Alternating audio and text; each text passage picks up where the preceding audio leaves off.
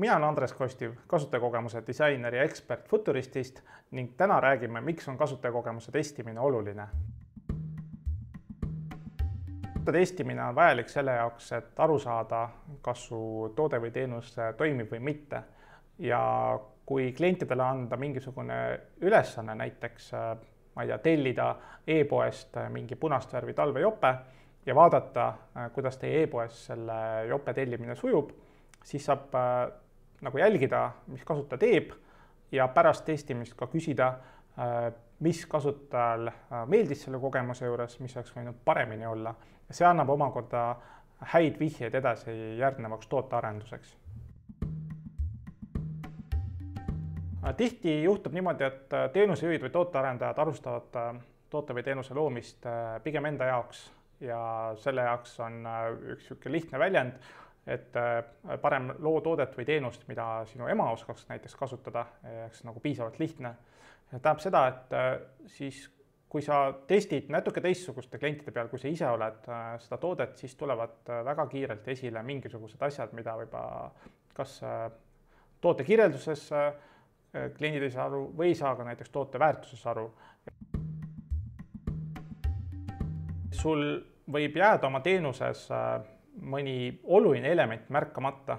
See võib väga lihtne asi olla, see võib olla valesti mõistmine sinu teenuse väärtuspakkumises.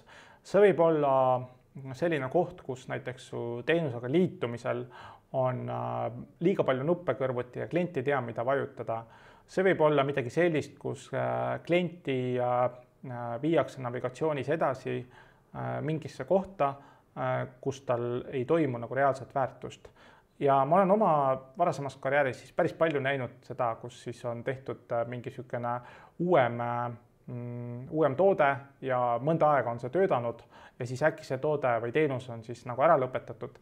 Ja siis, mis hiljem on uurimisel juhtunud, et mõnel sarnasel tootel, mida ka siis plaanitakse lõpetada, lõppkasutajate testimise käigus hoopis selliselt, et väga pisike nüanss võis segada selle toote siis väärtuspakkumise ja sellise toote teenuse või tellimise ostuhetke kasutajakogemust võiks segada.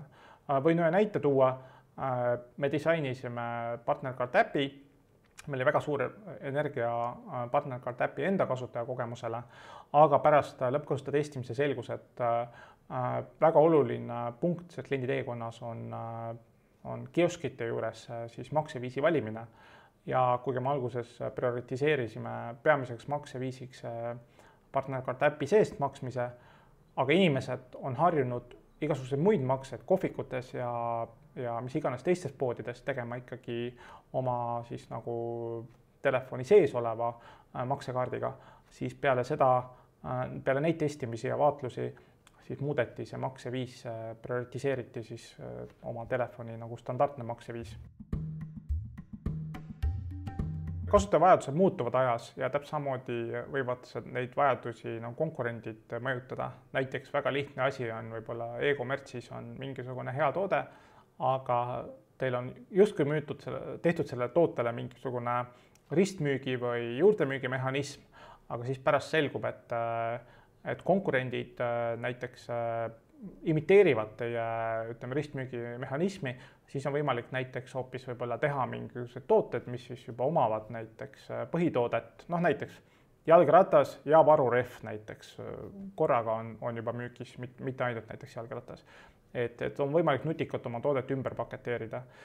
Teine asi, mis siis juhtub, on see, et kuigi teie alguses võib-olla see toode või teenus, mis seadistati veebis väga kindlalt navigatsiooni teekonda pidi ja võib-olla seda tehti varem, siis kui teil võib-olla oli vähem tooteid ja teenuseid ja siin aastatega on kogunenud väga palju sellist siis muude teenustega seonduvat ballasti, siis kui näiteks igakuiselt siis oma võtmetoote valdkondi üle testida, siis leiab väga lihtsalt mingisuguseid kohti, kus kasutajad võib-olla ei leia infot ülesse või ei suuda väärtuspakkumist tõlgendada.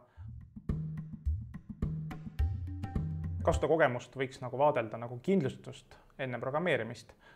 Teatavasti tootejuhid teavad, et ükskõik millise digitoote või teenuse või äpi arendamine võib väga lihtsalt maksma minna 10, 20, 30 000 või isegi 100 000 eurot näiteks.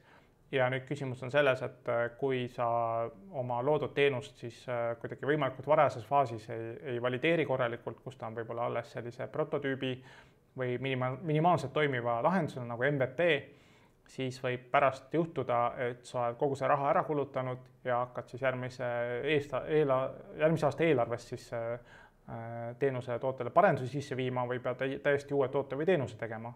Aga seda on võimalik ära hoida siis lõppkasutajate testimisega. See kahju, millega nagu ära hoida, kui prototüüpe varajases faasis mitte programmeeritud prototüüpe valideerida kasutajate peal, on väga suur sääst tegelikult. Kõige lihtsam asi, millest pihta alustada, on nagu mõtteviis ja selle asja nimi on nagu treenitud empaatia klientide vastu. Ehk siis sul ei pea olema võib-olla sellist nagu loomulikku võib-olla, ma ei tea, hoolimist võib-olla alati nagu teatud klientidest või inimestest, aga kui sa teed seda nagu metoodiliselt, et sa nüüd võtad hetke, et mõista, kuidas kliendil tänase teenusega läheb, mis tal sujub, mis tal võiks paremini olla, siis see on juba väga oluline samm ja minna siis sammuke edasi. Ja nüüd see järgmine samm edasi on see, et siis minna reaalselt kliendi kõrvale, vaadelda, kuidas ta täna teenust kasutab, et selleks sa ei pea kasutajakogemust disainet võtma.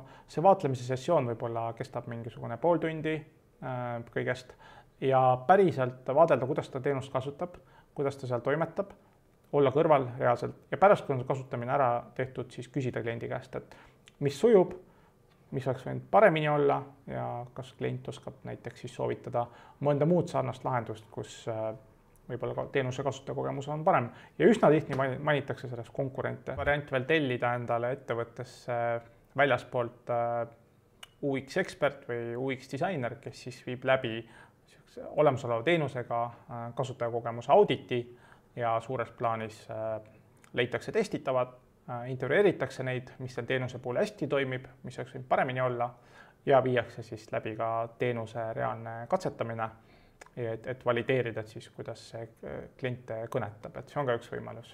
Mõnikord võib ka täiesti vabalt UX auditist välja tulla, et tegelikult teenuse puhul ei olnudki just kasutajakogemuse või kasutajamugavuse probleem, vaid toode ise või teenus ise ei ole piisavalt konkurentsis või ei ole hinna mõttes konkurentsivõimeline, kuna täna inimesed võtavad teenus 1 ja teenus 2 ja teenus 3 brauseri sakkides ja väga kiiresti võrdlevad seda, mida pakutakse.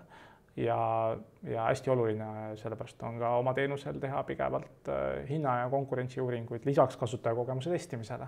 Kasutajakogemusse investeerimine on investeering, mitte kulu, mis aitab kliendid lähemale su ärile tuua, muutes kliendid siis sinu brändi saadikuteks, kes soovitavad su teenust edasi, kui kasutajakogemus on väga hea. Ja need ettevõtted, kes seda kasutavad, nemad kasutavad seda endal väga selgeks konkurentsieeliseks.